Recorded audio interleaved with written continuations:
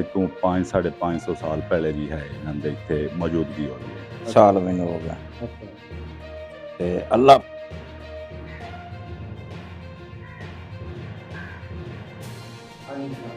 अस्सलाम वालेकुम नाज़रीन, मैं तुहाडा अपना मेज़बान चौधरी अख्तर इसमाइल रजोका ते मैं जिथे हुण मौजूद हाँ बुआणा दे नाल मियाँ फतेह शेर अल मरूफ शेर बाटा दा दरबार है जिथे कि मैं हुण वधा ते मेरे नाल इत्थों दे गद्दी नशीन भी मौजूद नाल गद्दी नशीन मौजूद हैं। उन्हां तो पुछदे आ भी इन्हां दी की सफात आ फतेह शेर अल मरूफ शेर बाटा दी ते ये उर्स कदों लगदा पिया ते इत्थे की खेडां होणीआं? जी सर, साडे दादे शेर फतेहुल्लाह दा तकरीबन आज तो 500-550 साल पहले जी है इन्हां दे इत्थे मौजूदगी हुई है। अच्छा उन्हां दी सिफात तां काफ़ी हाण उन्हां इस्लाम दे वास्ते काफ़ी काम कीता है ठीक है ते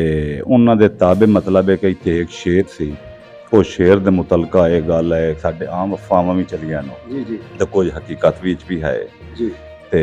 उस तो बाद उन्हां दे तकरीबन इत्थे कुछ रैश पिछे भी है ते काफ़ी उनकी रैश इत्थे आके ज़्यादा बाकी दी उनकी जिंदगी दी हयात इत्थे आके उन्हें गुजारी। अच्छा जी सर ते इंशाअल्लाह मेला साडा पहले साडा मेला सी 11 सावन नूं शुरू होंदा हाँ जी ते हुण साडी थोड़ी जी डेट चेंज होई है हुण साडा अस्सू दे विच आ रहा अस्सू दी अच्छा असू जी। दी केड़ी तरीक नूं होसी अस्सू दी 4 तरीक है ते की खेड होसी इत्थे मेले खेड जी इंशाअल्लाह इत्थे कबड्डी होसी ते लम्मी खेड हो जासी गई ते उस तो इलावा होर जेहड़े मशागल हुसैन वगैरह हुसैन घोड़ा डांस वगैरह किया जा गया ते घोड़े डांस तो इलावा मतलब है कि कुरान खानी वगैरह इतने साढ़े दरबार वगैरह तो कराई जा कवाली वगैरह की जा गई जी ते इतना एक हिसाब भी साडा चलना है।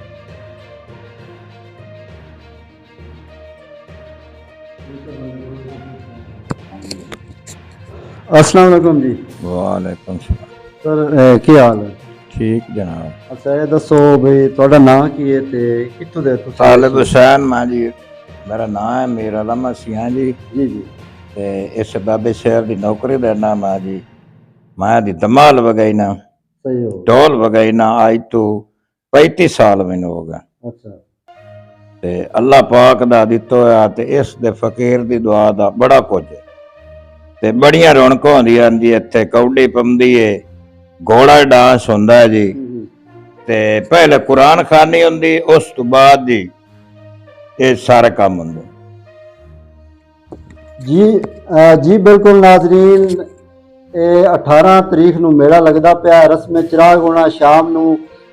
तुसां सारिਆਂ ਤੋਂ बिरावां दोस्तां ते सजना बेलियां ਨੂੰ शिरकत ਦਿੱਤੀ ਜਾਂਦੀ है मेले ते आउणा पहले रस्मे चिराग भी वेखना ते लाजमी वेखना क्योंकि एक होर भी मैं ना इत्थे गल करे ये मेले दे लगदे रहने नूं ते इंशाअल्लाह अल्लाह ताला ही मदद करदा है। ਇਹਨਾਂ ਦੇ ਢੇਰੀ ਵਾਲਿਆਂ ਦੀ ਰੌਣਕ जी ਬਣੀ ਰਹੇ रौनक डेरी वाला दी बड़ी रहना ते अपने मेजबान चौधरी अख्तर इसमाइल रजोका नूं दिओ इजाजत किसी होरी नवे विलाग ते असीं मिलसां। अल्लाह हाफिज जी। बिल्कुल जनाब फतेह मियाँ फतेह शेर अल मरूफ शेर बाटा दा दरबार है ते इन्हां दा मेला जनाब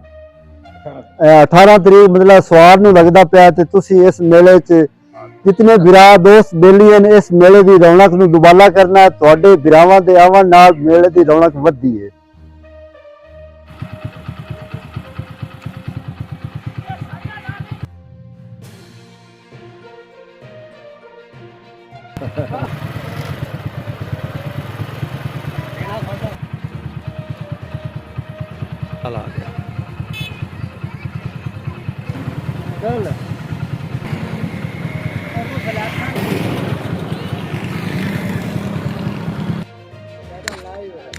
हाँ जी